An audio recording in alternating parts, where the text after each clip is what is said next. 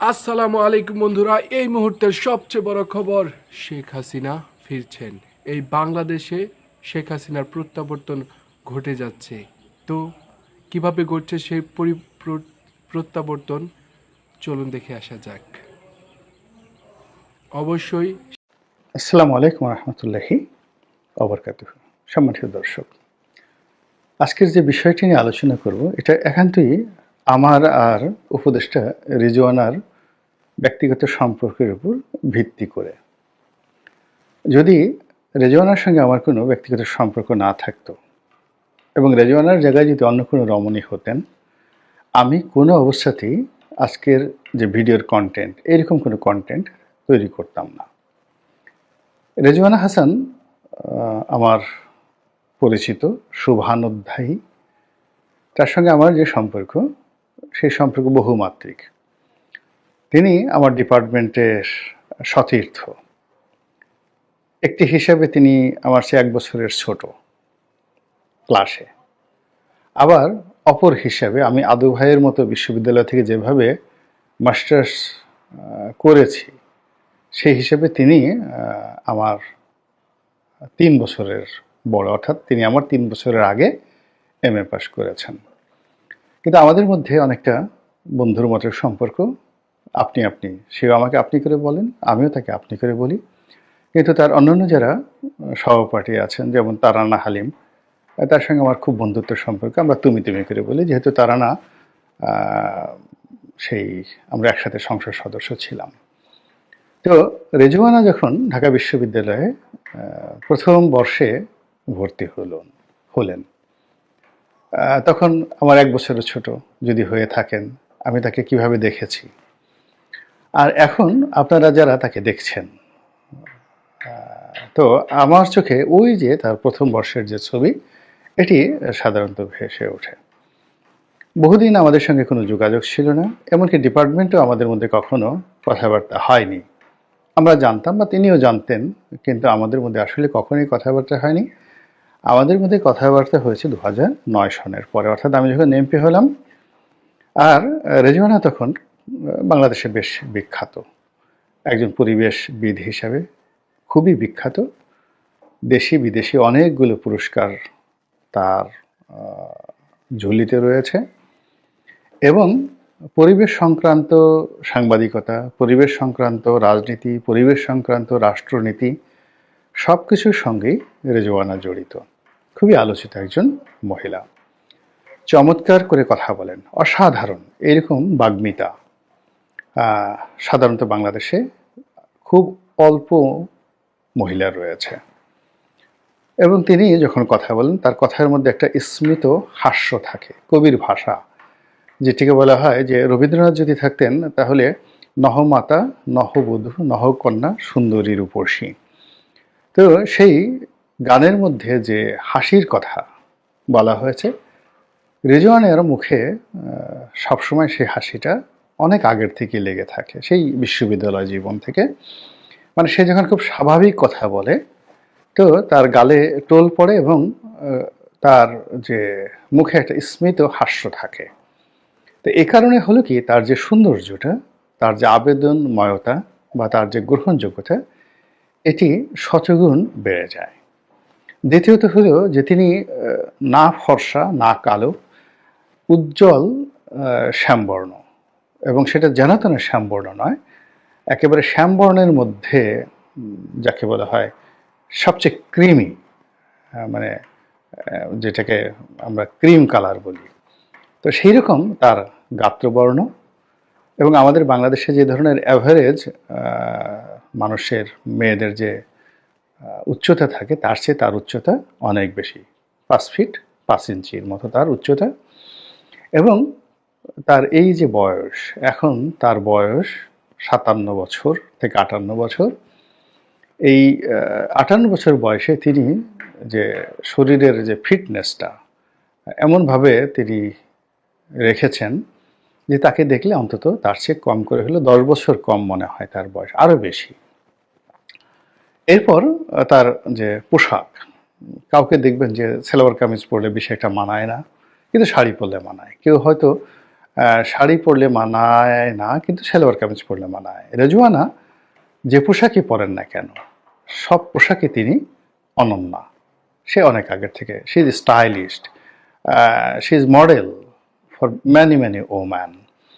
তো যার জন্য হলো কি, রেজওয়ানা যখনই যেখানে গিয়েছেন ওখানে সবার দৃষ্টি আকর্ষণ করেছেন। তো তার এই যে সৌন্দর্য, চামড়ার সৌন্দর্য, শারীরিক যে গঠন, দেহসৌষ্ঠবের সৌন্দর্য, এর সঙ্গে আল্লাহ রব্বুল আলমিন তাকে একটা মেধা দিয়েছেন। অসম্ভব মেধাবী। ঢাকা বিশ্ববিদ্যালয়ের লতে অনার্স করা, মাস্টার্স করা, এটি চারটিখানি বিষয় নয়। ঢাকা বিশ্ববিদ্যালয়ের সবচেয়ে মেধাবী ছেলেমেয়েরাই এই ডিপার্টমেন্টে পড়ে এবং তিনি সেই ডিপার্টমেন্টের ছাত্রী ছিলেন। যা হোক, এরপর তার একটা বংশ পরিচয় আছে। তার বাবা রাজনীতিবিদ ছিলেন, বলা হয় স্বাধীনতা যুদ্ধে তিনি বিরোধিতা করেছেন এবং বিএনপি রাজনীতি করেছেন এবং বিএনপি জমানাতে তিনি মন্ত্রীও ছিলেন, একজন মন্ত্রীর মেয়ে। মানে তিনি হঠাৎ করে মন্ত্রী হননি, বা অনেক সময় আমাদের দেশের খুব প্রান্তিক লেভেল থেকে যখন আসে তাদের মধ্যে যত ভালো পোশাক আশাকই পরুন না কেন তার মধ্যে এক ধরনের দীনতা, হীনতা লক্ষ্য করা যায়। কিন্তু রেজওয়ানা যেহেতু একটা ভালো পরিবার থেকে এসেছেন, সেটা যেভাবেই হোক না কেন, রাজাকার বলেন, আলবদর বলেন, আর শামস বলেন, কিন্তু এই পরিবারটা ভিক্ষুক ছিল না কখনো, অভাবী ছিল না। আর ঘুষ, দুর্নীতি, তারপরে চুরি চামারি, এই ধরনের বদনাম তাদের পরিবারের মধ্যে ছিল না। ফলে কি হলো, ওর প্রচণ্ড সাহস, অনেক আগের থেকে ওর অনেক সাহস ছিল। তো সেই সাহসের কারণে তার যে অন্যান্য যে গুণাবলীগুলো, সে স্পষ্ট করে কথা বলতে পারে, গুছিয়ে কথা বলতে পারে, সর্বাবস্থায় মুখে একটা স্মিত হাস্য একটা অবস্থা থাকে, এবং জীবনের একেবারে খুব নির্মম নিষ্ঠুরতা নিয়েও সে কৌতুক করতে পারে। একান্ত তার সঙ্গে যাদের বন্ধুত্ব রয়েছে দেখবেন যে খুব গভীর বিষয়, একেবারে যে বিষয়গুলো নিয়ে সাধারণত কাঠখোট্টা প্রকৃতির, কেউ কোনো কৌতুক করতে পারবে না, সেই বিষয়ে রেজওয়ানার কিন্তু কৌতুক করার যথেষ্ট যোগ্যতা রয়েছে। সেন্স অফ হিউমার যেটিকে বলা হয়। কেমন, সেটা তার একটা উদাহরণ দেই। সর্বশেষ রেজওয়ানার সঙ্গে আমার একটা টক শো হলো এই আওয়ামী লীগ সরকারের পতনের ঠিক মাসখানেক আগে একটা টেলিভিশনে।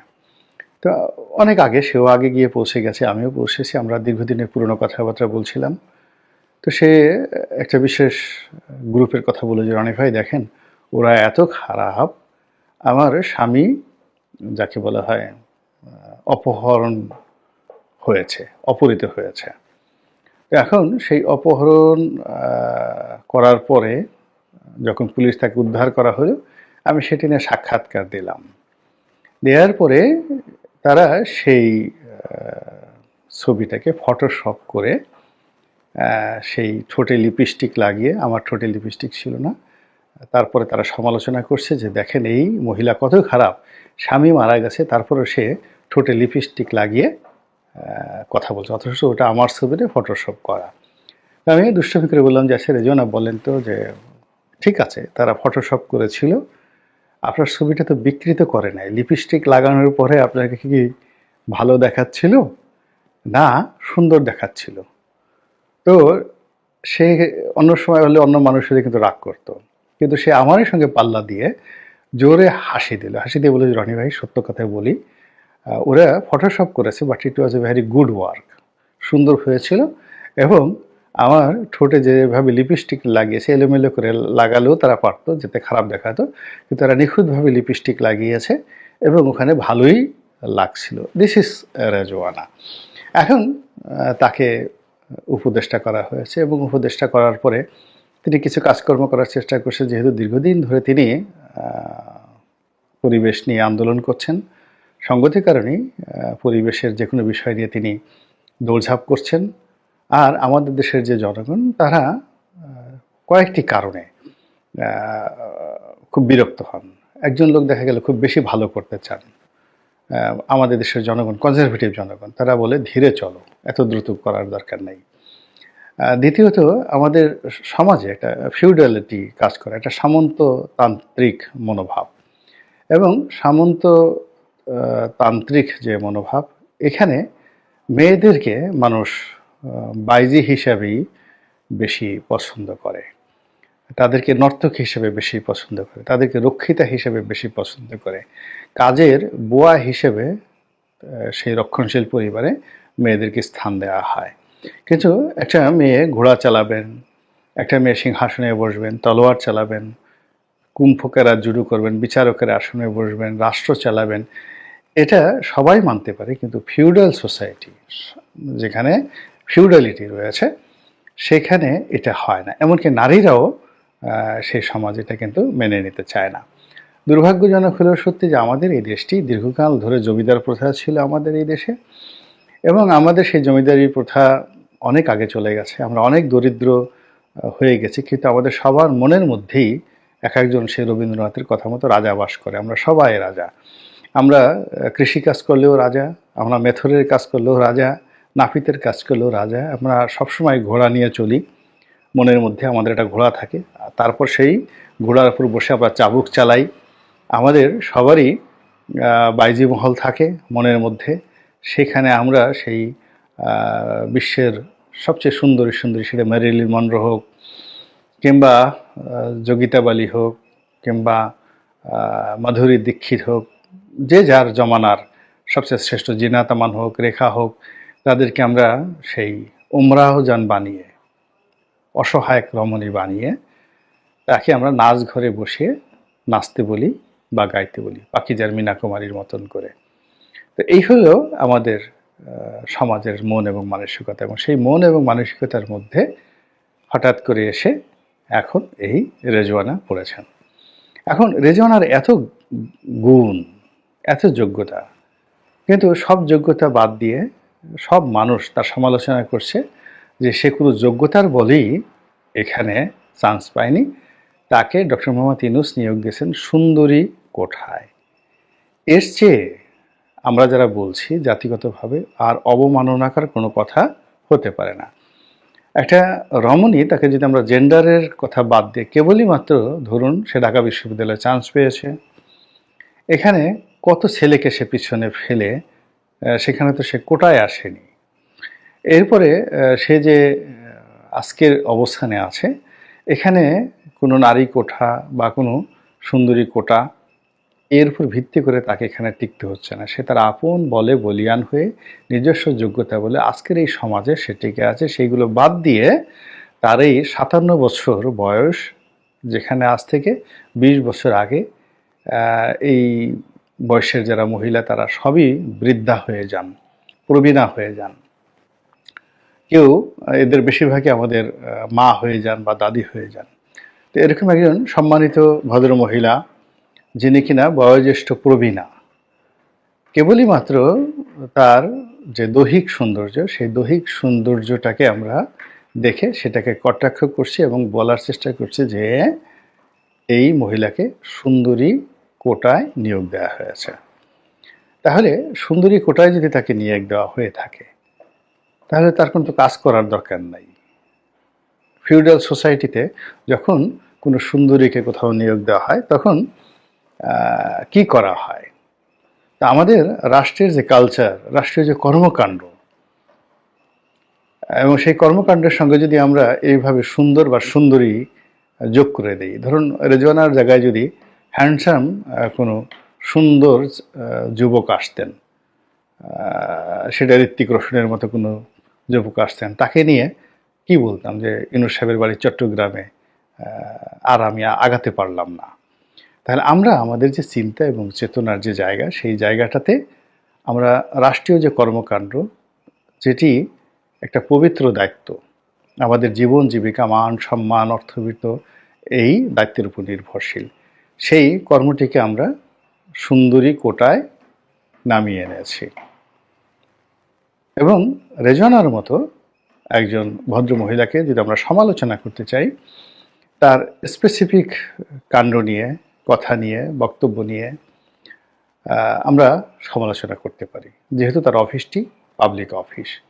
কিন্তু তিনি সুন্দরী কোটায় এসেছেন ইত্যাদি ইত্যাদি কথাবার্তা যে বলাগুলো, এগুলো শুধুমাত্র জেন্ডার ভায়োলেন্স নয়, এটা রীতিমতো বিকৃত রুচি। তো বন্ধুরা, শেখ হাসিনা ফেরার বিষয়ে যে তথ্যটি আপনারা পেলেন, তা আপনাদের কাছে কেমন লাগলো? অবশ্যই ভিডিওটি ভালো লাগলে ভিডিওতে একটি লাইক করবেন এবং সাবস্ক্রাইব করে আমাদের পাশেই থাকুন। এবং ভিডিওর মধ্যে কোনো ভুল তথ্য পেলে অবশ্যই সাথে সাথে কমেন্ট করবেন। সেই ভিডিওটি আমরা ডিলিট করে দিব, কারণ আমরা কখনো ভুল তথ্য মানুষের কাছে পৌঁছাতে চাই না। ধন্যবাদ।